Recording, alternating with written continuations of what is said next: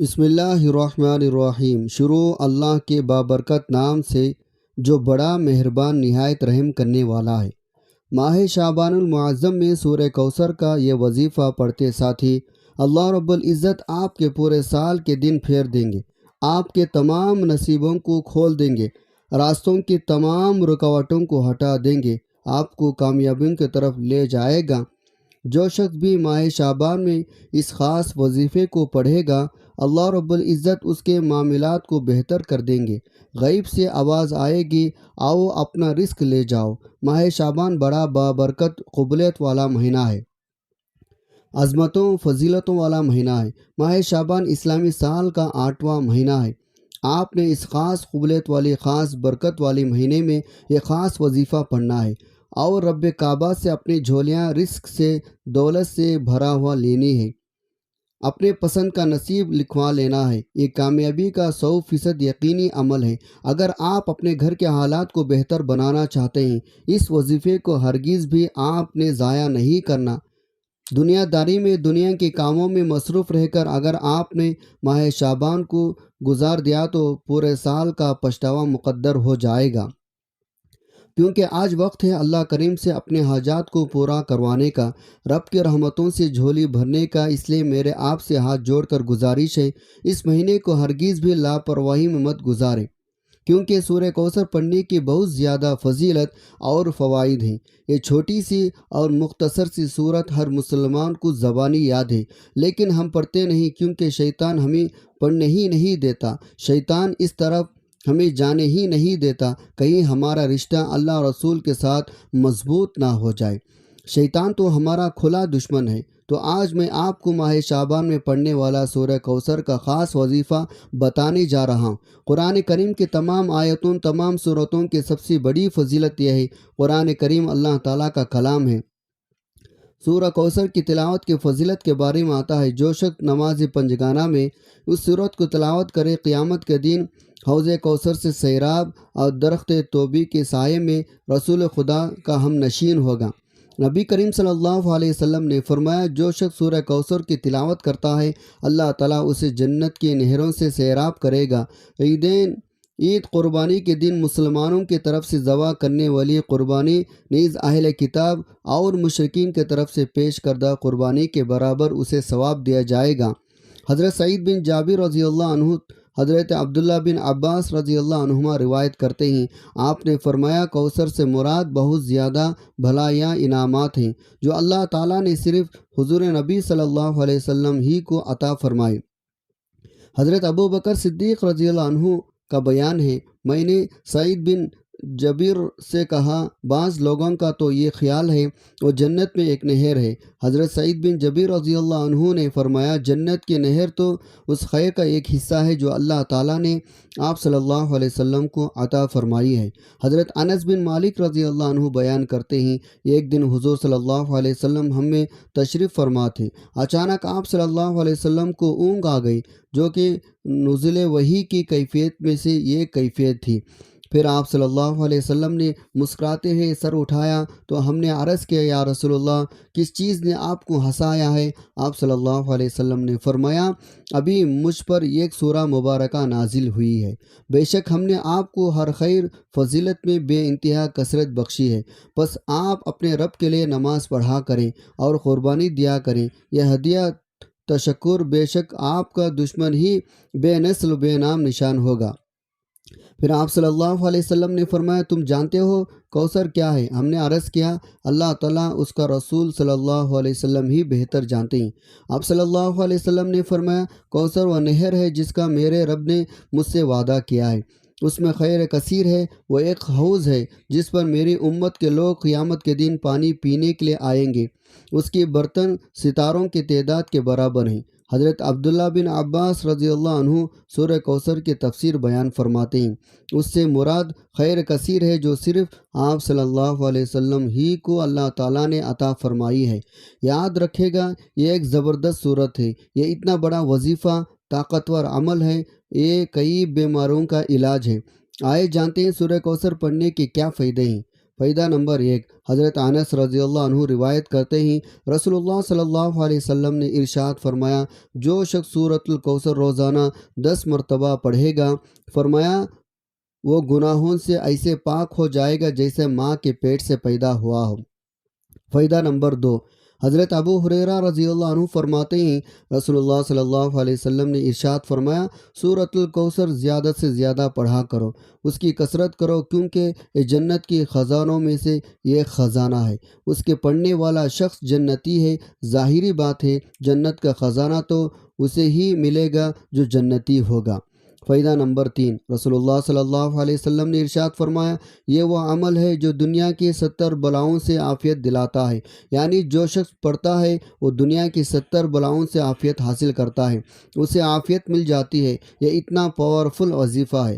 فائدہ نمبر 4، رسول اللہ صلی اللہ علیہ وسلم نے ارشاد فرمایا، سورہ کوثر 99 امراض کی دوا ہے، 99 بیماریوں کے علاج ہے۔ آگے سنیں، رسول اللہ صلی اللہ علیہ وسلم نے ارشاد فرمایا، ان 99 امراض میں سب سے ادنا یعنی چھوٹی بیماری غم ہے۔ آج ہر دور ہر شخص غم میں مبتلا، ڈپریشن کا شکار ہے۔ خوش نہیں، آپ خوش رہنا چاہتے ہیں، ٹینشن سے نکلنا چاہتے ہیں تو کثرت کے ساتھ سورہ کوثر کا ورد شروع کریں۔ انشاءاللہ اللہ تعالیٰ آپ کو خوشی رکھے گا، ڈپریشن ختم ہو جائے گا۔ فائدہ نمبر 5، رسول اللہ صلی اللہ علیہ وسلم نے ارشاد فرمایا، جو شخص روزانہ سورہ کوثر 100 مرتبہ پڑھے وہ کسی کا محتاج نہیں رہے گا۔ اور رسول اللہ صلی اللہ علیہ وسلم نے ارشاد فرمایا، جس پر روزی تنگ ہو وہ سورہ کوثر کو ورد کرے۔ آج کل کے دور میں ہر دوسرا شخص اس میں مبتلا ہے۔ کوئی کہتا ہے میری روزی تنگ ہے، مجھے رزق نہیں مل رہا، میرے جاب نہیں لگ رہی، میرے پاس آمدنی نہیں ہے، میرے رزق میں برکت نہیں ہے، طرح طرح کے مسائل ہیں۔ رسول اللہ صلی اللہ علیہ وسلم نے فرمایا، جس پر روزی تنگ ہو اسے چاہیے وہ زیادہ سے زیادہ سورہ کوثر پڑھا کرے، کیونکہ اس سے رزق کی تنگی دور ہوتی ہے، رزق میں برکت ہوتی ہے۔ سورہ کوثر پڑھنے کی کتنی بڑی فضیلت ہے اور کتنے بڑے فوائد ہیں۔ محترم ناظرین، ماہ شعبان کے مہینے کا ایک خاص عمل ہے، جو بھی اس وظیفے کو پڑھے گا اس کی تمام پریشانیاں دور ہو جائیں گی، اس کی جنتی بھی مشکلات یعنی حل ہو جائیں گے۔ یہ وظیفہ آپ ماہ شعبان میں کسی بھی دن، کسی بھی وقت، کسی بھی نماز کے بعد پڑھ سکتے ہیں، چلتے پھرتے بھی پڑھ سکتے ہیں، نہ وقت کی کوئی پابندی ہے، نہ جگہ کی کوئی قید ہے۔ جیسے یہ ویڈیو آپ کے سامنے آئے، ماہ شعبان میں آپ نے وظیفہ لازمی پڑھنا ہے۔ وظیفہ بتانے سے پہلے آپ سے گزارش ہے، اگر آپ اس چینل پر نئے ہیں اور آپ نے ابھی تک اس چینل کو سبسکرائب نہیں کیا تو خدا را اس چینل کو ابھی سبسکرائب کر لیں، کیونکہ ایسے بہت سے وظائف، بہت سے اعمال آپ کے حوالے ڈیلی بیسک پر کرتا رہوں گا انشاءاللہ۔ اب عمل کیا ہے؟ ماہ شعبان میں آپ کو جب جہاں جیسے وقت مل جائے، وضو مصلی پر بیٹھ کر آپ نے سب سے پہلے اللہ کے حبیب صلی اللہ علیہ وسلم کے ذات اقدس پر 3 بار درود پاک پڑھنا ہے۔ درود پاک آپ کون سا بھی پڑھ سکتے ہیں، آپ مختصر سا آسان سا درود صلی اللہ علی محمد پڑھ لیں، لیکن درود ابراہیمی کی سب سے زیادہ فضیلت ہے۔ اگر آپ اس وظیفے میں درود ابراہیمی پڑھیں گے تو یہ سب سے افضل ہے، تو ایک بار ثواب کی نیت سے میرے ساتھ بھی پڑھے گا۔ اللہم صلی علی محمد وعلی آل محمد کما صلیت علی ابراہیم وعلی آل ابراہیم انکا حمید مجید۔ اللہم بارک علی محمد وعلی آل محمد کما بارکت علی ابراہیم وعلی آل ابراہیم انکا حمید مجید۔ 3 بار درود پاک پڑھنے کے بعد آپ نے اپنے مقصد کی نیت کرنی ہے۔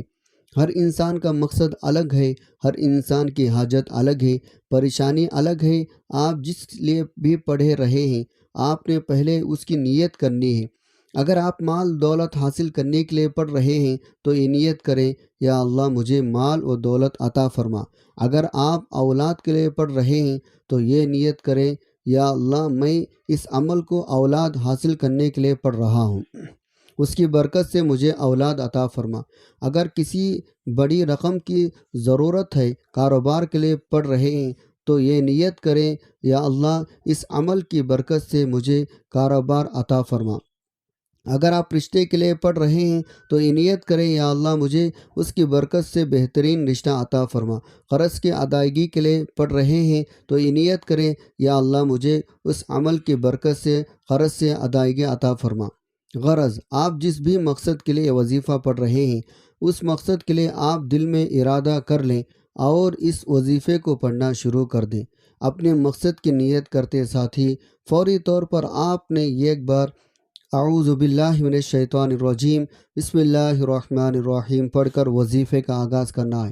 سب سے پہلے نمبر پر جو وظیفہ آپ نے پڑھنا ہے وہ وظیفہ اللہ تعالیٰ کی ذاتی نام اور ایک اللہ تعالیٰ کا صفاتی نام کا وظیفہ ہے۔ وہ مبارک نام یا اللہ یا رزاق ہے۔ یا اللہ رب کریم کا ذاتی نام ہے اور یا رزاق رب کریم کا صفاتی نام ہے۔ یا رزاق کا مطلب ہے رزق دینے والے، آپ کے آنے والے نسلوں کے لیے، آپ کے ہر مشکل پریشانی سے آسانی کے لیے اور مقصد میں کامیابی کے لیے۔ یہ دو نام ایسے لاجواب ہیں، ان کو پڑھتے ہی آپ کے انعامات سے جھولیاں بھر جائیں گے، جو مانگو گے مل جائے گا۔ بس آپ نے توجہ دھیان کے ساتھ پڑھنا ہے۔ کیسے پڑھنا ہے، کتنے بار پڑھنا ہے، توجہ کیجیے گا۔ یا اللہ یا رزاق ایک بار ہو گیا، یا اللہ یا رزاق دو بار ہو گیا، یا اللہ یا رزاق تین بار ہو گیا۔ اس طرح سے آپ ہاتھ کی انگلیوں پر پڑھ لیں یا آپ تسبیح کے دانوں پر پڑھ لیں۔ آپ نے 101 بار پڑھنا ہے۔ آپ نے سکون کے ساتھ دھیان کے ساتھ پڑھنا ہے۔ ہم سارا دن گناہ کرتے ہیں، اللہ تعالیٰ کی نافرمانیاں کرتے ہیں۔ جو کافر ہے اللہ تعالیٰ ان کو بھی رزق، مال و دولت عطا کرتا ہے، کیونکہ وہی تو دینے والی ذات ہے، وہی وحدہ لا شریک ہے، وہ بے نیاز ذات ہے۔ جب آپ یا اللہ یا رزاق پڑھ کر مانگیں گے تو وہ کیسے عطا نہیں کرے گا۔ جب آپ 101 بار یا اللہ یا رزاق پڑھ لیں تو اب آپ نے دوسرے نمبر پر کون سا وظیفہ پڑھنا ہے؟ اب آپ نے دوسرے نمبر پر جو وظیفہ پڑھنا ہے وہ وظیفہ قرآن پاک کی ایک سورت کا وظیفہ ہے۔ یہ قرآن پاک کی سب سے چھوٹی سورت ہے، جسے دولت کا خزانہ کہا جاتا ہے، جسے کامیابی کا راز کہا جاتا ہے، جسے دولت والی سورت کہا جاتا ہے۔ آپ نے دوسرے نمبر پر سورہ کوثر پڑھنی ہے۔ سورہ کوثر کی تلاوت سماعت فرما لیں۔ بسم اللہ الرحمن الرحیم انا اعطیناک الکوثر فصلی لربک وانحر ان شانئک ھو الابتر۔ آپ نے سورہ کوثر کو صرف 33 بار پڑھنا ہے۔ صرف 33 بار سورہ کوثر پڑھنے سے رزق دولت کا طوفان آ جائے گا۔ جلد ہی لاکھوں کروڑوں میں کھیلو گے۔ سڑک پر مانگنے والا فقیر بھی ماہ شعبان میں یہ خاص وظیفہ پڑھ کر دیکھ لیں، فقیر سے بادشاہ بن جائے گا۔ میرے رب کی رحمتوں برکتوں سے مایوس نہ ہونا۔ دوستوں، آپ رب سے مانگ رہے ہو، کسی بندے سے نہیں مانگ رہے۔ جب آپ نے 33 بار سورہ کوثر پڑھ لی، اب آپ نے تیسرے اور آخری نمبر پر کون سا وظیفہ پڑھنا ہے؟ اب آپ نے تیسرے نمبر پر استغفر اللہ پڑھنا ہے۔ استغفر اللہ پڑھنے سے آپ کے صغیرہ کبیرہ گناہ معاف ہو جائیں گے۔ یہ وقت بار بار نہیں آتا، یہ قبولیت کی گھڑیاں جب آتی ہے تو اپنے ساتھ رحمتیں، برکتیں، بہاریں لے کر آتی ہے۔ اگر کوئی بندہ ماہ شعبان میں ایک نئی زندگی کا آغاز کرنا چاہتا ہے، جس میں جس طرف قدم بڑھائے تو کامیابی مقدر ہو جائے، آج آخری نمبر پر استغفر اللہ کو پڑھ لینا ہے۔ کیسے پڑھنا ہے اور کتنا بار پڑھنا ہے، توجہ کیجیے گا۔ استغفر اللہ ایک بار ہو گیا، استغفر اللہ دو بار ہو گیا، استغفر اللہ تین بار ہو گیا۔ اس طرح سے آپ استغفر اللہ کو اپنے دائیں ہاتھ کی انگلیوں پر پڑھ لیں یا تسبیح کے دانوں پر پڑھ لیں۔ آپ نے 313 بار پڑھنا ہے۔ جب آپ یہ تینوں اعمال بتائے گئے طریقے اور ترتیب سے پڑھ لیں تو اس کے بعد 3 بار پھر سے درود پاک پڑھنا ہے، جو درود پاک آپ نے عمل کے شروع میں پڑھا تھا۔ اب آپ کا عمل مکمل ہو گیا۔ اس کے بعد آپ اپنے حاجاتوں کے لیے، پریشانیوں کے لیے دعا مانگے۔ ناظرین، اللہ رب العزت نے ہمیں ایک انتہائی خوبصورت دین عطا کیا ہے، جس میں زندگی گزارنے کی مکمل گائیڈ لائنز دی گئی ہے۔ انسان چونکہ خطا کا پتلا ہے، چنانچہ اللہ جل شانہ نے گنہ گاروں کے لیے توبہ کا دروازہ کھلا رکھا ہے۔ مسلمانوں کو قرآن کریم میں بارہا استغفار کرتے رہنے کی تلقین کی ہے۔ اللہ سے استغفار کرنے سے جہاں اللہ ہمارے گناہوں کو معاف کرتا ہے، وہیں اس سے ہمیں اور بھی کئی فوائد حاصل ہوتے ہیں۔ استغفر اللہ کا ورد کرنے سے جہاں مسلمانوں پر اللہ تعالیٰ رحم فرماتے ہیں، وہیں یہ وظیفہ مسلمانوں کے لیے کثرت مال و نیک اولاد کا وسیلہ بھی بنتا ہے۔ استغفار کرنے سے ہمارے دعاؤں کو شرف قبولیت عطا ہوتی ہے۔ قرآن مجید میں ارشاد باری تعالیٰ ہے، اللہ استغفار کرنے والوں پر رحم کی بارش کرتا ہے اور ان کی طاعت میں اضافہ فرماتا ہے۔ استغفار کے تمام تر اہمیت فضائل کے باوجود بعض بد نصیب نفس شیطان کے بہکاوے میں آ کر توبہ استغفار کرنے میں ٹال مٹول کر لیتے ہیں۔